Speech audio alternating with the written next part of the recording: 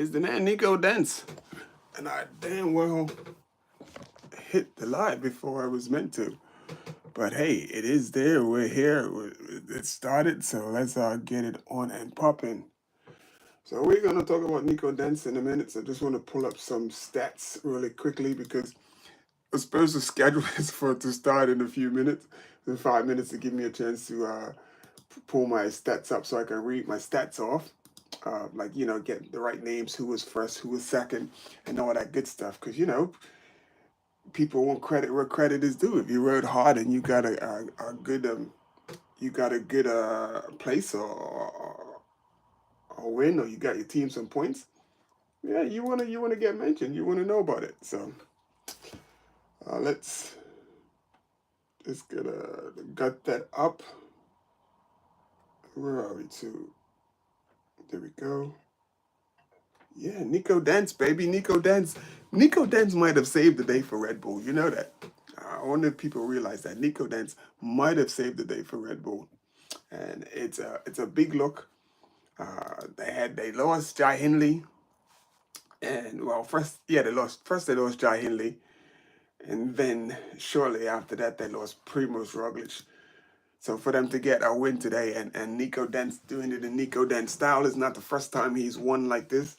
I mean, the man is a heap of power.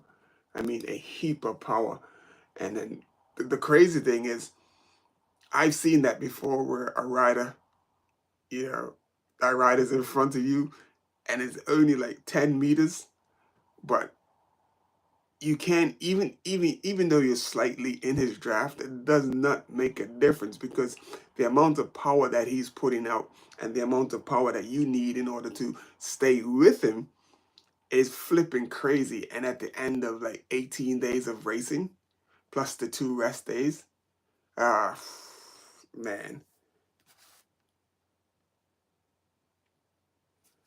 So talking to the cycling Dane at the minute, so he asked me, do you think that Isaac Del Toro will be? Isaac Del Toro is going to be. He's Tadej Pogacar 2.0. Let me just type that. He is Tadej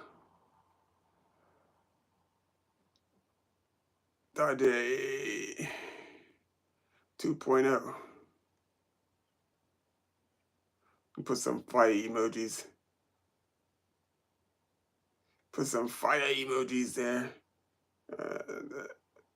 Fire emojis. Where are the fire emojis? Just gotta find this fire. So yes, the cycling Dane, he has a YouTube channel, and he's a pretty cool guy. He does pretty much the same thing I do, but he's got a few more followers and viewers than I have, and that actually tune into his show. And yeah, so I might even, you know, who knows if he helps me up on his channel. I think what would be good is, because I just think a little bit outside of the box, and I say things that I know people are going to be like, you must be crazy, are you out of your mind, you know? And then, like, what was really annoying me over this, like, even today, I'm trying to figure for the life of me, why is there's so much emphasis on, it's like, it's almost Isaac Del Toro's going to crack. Isaac Del Toro's going to crack because he's young. I don't think he's going to crack. And the only reason I feel confident in that he's not going to crack is after the EF Education, one of the EF Education bosses, I can't remember his name, he was on the Breakaway show the other day, and he said that they were actually trying to recruit Isaac Del Toro, and they had a look at his numbers and you know, his numbers and everything, and it says, unlike other riders, the more stress you give his body, he adapts to it and he gets better and he gets stronger.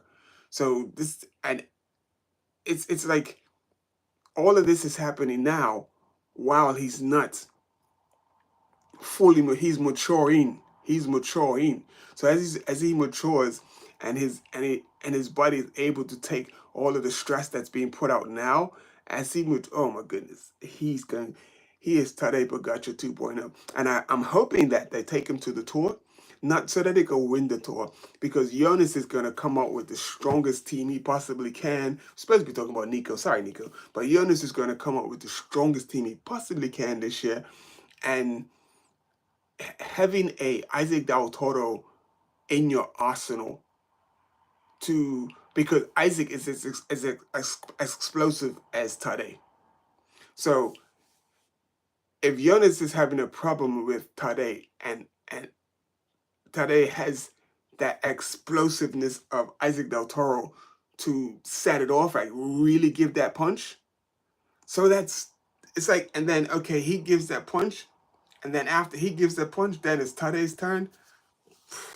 Boy, oh boy, oh boy. I hope they take Isaac Del Toro in support of Tadej Pogacar this year to the tour, because I believe Visma Bike is going to give, Jonas and them are going to give Tadej a run for the money. But he ain't beating Pogacar. I don't care what they do, how they do. He is not beating Pogacar. And so these are the little things that I take. So let me give you the reason why I think he's not going to beat Pogacar. So I don't care how much training, how hard Jonas Vingegaard is going. You could train for 1,000,000 days. 1,000,000 days of training still doesn't come close to riding 100 intense races. And Jonas has not had enough of that. So they're gonna go head to head in a little while in the Dauphiné. So it's going to be Jonas, it's going to be Remco. I don't think Remco is going to be able to hang. Remco hasn't had enough races. Remco's not going to be in the shape. Remco is going to be around. He's going to get a high place and a high position, but I don't think he's not going to contest those two. He's going to be a spectator. Remco will be, mark my words when I tell you, Remco will be a spectator at this year's Dauphiné. And I'm not sure, I think he's doing the tour as well. But yeah, he will be a spectator. It'd be good to see him at the Dauphiné, and I'm looking forward to seeing him at the Dauphiné. And it should be good. It should be interesting. And what else? So I was saying the reason why I truly and honestly don't think that, sorry, just responding to people. I truly and honestly don't think he will be any match for Pogacar. Pogacar did something to his body that he has never, ever, ever done before. He did Paris-Roubaix. He said he saw numbers he has never seen before for longer than he has ever had before. I am a glutton for punishment. And I noticed that. And I guess it's similar to what he was talking about with Isaac Del Toro. The more you give him, his body adapts. And it's similar. When I left Bermuda, I was at a certain level of cyclist. I left Bermuda, I went to race in the US. It was a higher level of racing. My body wasn't used to that. But I got in the races, I hung in the races, and I finished the races. And when I finished those races, I was trashed. But that took my body to a next place. So when I left Bermuda, I was here, and I was winning at here. I went to the US, my level went to here, and I came back. And I was just crushing everybody. I mean, there were races where I lapped the guys, in our criteria. I lapped them like 2 and 3 times in some races. So that's what happened. The level raised when I got to the US. Then when I went to Europe, it went to a next place. It went even higher. So this is what I'm using that comparison to say that Tadej is doing Roubaix. And I'm speaking off of effects that I have felt. I'm not just speculating. I'm not just saying if, ands, or but. He took his body to a place where it hasn't been before. He tortured the hell out of his body this classic season. And he did what I hope he will do. He got off of the bike. He's chilling. He's still training. He's not, well, Tadej chilling is not art every day. Every art, the lay person's chilling. So Tade is, no racing up into the Dauphiné. Obviously, you need something like the Dauphiné to give the legs that spank. You just can't go into the Tour without the shock in that legs. You got to give because the racing is going to be intense. So he goes into the Dauphiné. I don't know how he's going to do in the Dauphiné. If he wins the Dauphiné, he wins the Dauphiné. Who cares? But what the most important thing about the Dauphiné is having that in your legs, like that in the legs to get the legs to that place. And I gotta stop saying I apologize. I should probably be fined. There should be some way you should be able to fine me for every time I say it. So the Dauphiné is going to be the perfect tune-up for the Tour de France. It's going to be a gauge to see where the guys are as well too. And if Tade blows Jonas out the water, I don't know what that's going to do. It's only 7 days though. So being that Jonas didn't have as much time to prepare, I think he will still be in with a chance to, be on Tade as well. So I think Tade knows it's all to play for, and I think Tade knows it's not going to be an easy, he's not just going to be able to roll over Jonas, but Tade definitely has the advantage. He definitely has he should have developed the bigger engine with all that he's done this classic season. And then taking the time off when he did, it's just like perfect. And I'm here for it. I'm so looking forward to it. But anyway, Nico Dance did well today. He won today. He had a great ride today. He basically bridged to the breakaway. The breakaway looked like it was gone, and he was like one of the last people to get across over to the breakaway. Then when he got over to the breakaway, he sort of chilled out in the back for a little bit, sort of hid for a little bit, hiding out, really didn't do too much work. And then when they got on the circuit, then everyone was doing their thing. They were trying to attack each other. You go, you go. So the break was like 32 riders. And then after those couple of climbs, then it got down to 11 riders. And then when they got on the circuit, which they had to do twice, they didn't really work together.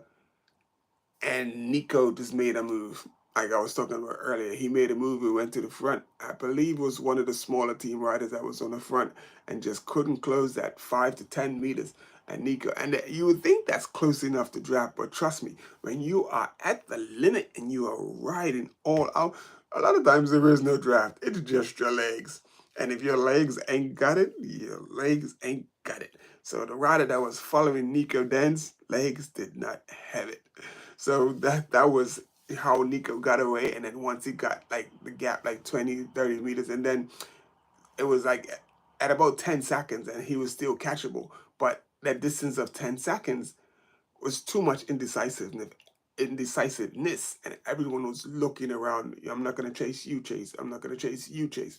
So that's how it went. Because those other 10 riders decided they're going to look around. They're gonna like try to like you want to win or you want to win it. I want to win. I want to win. And like there was no cohesiveness, no togetherness to try and get this man back and chase back this break. So that's what happened. And then Nico rode away. Once he rode away, that big engine got going and he just kept it going. It was like 10 seconds, it was 15 seconds, it was 20 or 22 seconds, 25, 23, 24, 23, 24, 22. Then it went up to 26 and 30. Then the next thing you know, it's 40, 45. And then when, they're on the last lap and they realize we're not getting back Nico because main reason is because those 10 guys could not work together. Those 10 guys could not work together, and that's the only reason they didn't get back Nico Dens. So, and the guy who finished, I think it's Marcel, what's his name? He finished second, and he rides for Polta Visit Malta. Team Polti Visit Malta. All right, Marco? It's not Marico. It might be Marco. Might be Marco. So, and he finished second, and he banged his bars because once he won the sprint, he was like, man, if we would have just got back Nico, he could have got a win for Polti. It's an Italian team, and that would have been major. So, but he got second. He's on the podium. He still gets good points, UCI points, and also, you know, there's like some cash prizes on the line as well. So obviously the team's gonna get that money to share around. So it was a, you know, he didn't win. He got second. I mean, that's unfortunate. I don't know how he felt, because he probably felt like he could have won. But it is what it is. You have to be there when it happens, and he wasn't there. Nico was. Nico was there. Said, "See ya." He was gone. But anyway, it is Louis, Say With Your Legs Media. I appreciate you if you tuned in. I appreciate you if you hit the like button. And yeah, I didn't think this one was going to be that long. I just started talking about stuff. Nico Dance, people. He's the man of the hour. Had a great ride today. All right, see you tomorrow, same time. And tomorrow's a big mountain stage, so we will see. So I have to listen to all of these people, almost like they wishing the man bad. Like they're like, oh yeah, you know, they thought the day before it was over, but then yesterday he just like, nah, it ain't over. I don't think so. I don't think so. And the way he rode away from Carapaz and uh, uh, Roman Bardet, the way he rode away from them, and those two were like out of the saddle sprinting, and nah. Tomorrow's gonna be exciting. Looking forward to tomorrow, and I will see you at 7 o'clock. I will be on time. I just got caught up. I'm a bit tired. I've been studying a lot, quite a lot, so I've been doing a lot of hours. So I'll be on time tomorrow. Anyway, in this we Say With Your Legs Media. I hope you enjoyed today's race. Well done to Red Bull Border Hansgrohe and Nico Dance. And you know, get well, Primero Singh and Jai Hindley. You know, we'll see them back soon.